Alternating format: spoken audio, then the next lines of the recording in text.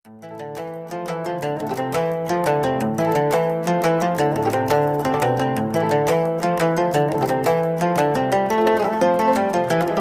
ni di belakang ni kita kedai madu yang mana kebiasaan jemaah Inkah kita mendatang ke sini, kedai madu. Jadi Nabi SAW memang menggalakkan kita makan madu. Sabdaan mafhum hadis bagi Nabi SAW, ada satu ketika ada seorang sahabat tu dia sakit perut.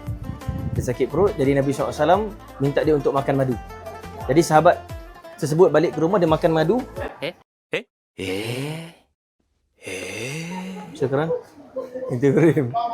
Hari keesoknya dia datang, dia kata, Rasulullah, saya masih lagi sakit perut saya. Nabi bagi lagi madu. Sampai hari ketiga dan Nabi SAW beritahu, sesungguhnya perut kamu yang menipu dan kamu tidak yakin pada madu ini. Ada sahabat tersebut balik ke rumah dan makan madu dengan yakin dan alhamdulillah perut dia pun sembuh. Jadi madu ni ada banyak khasiat untuk badan.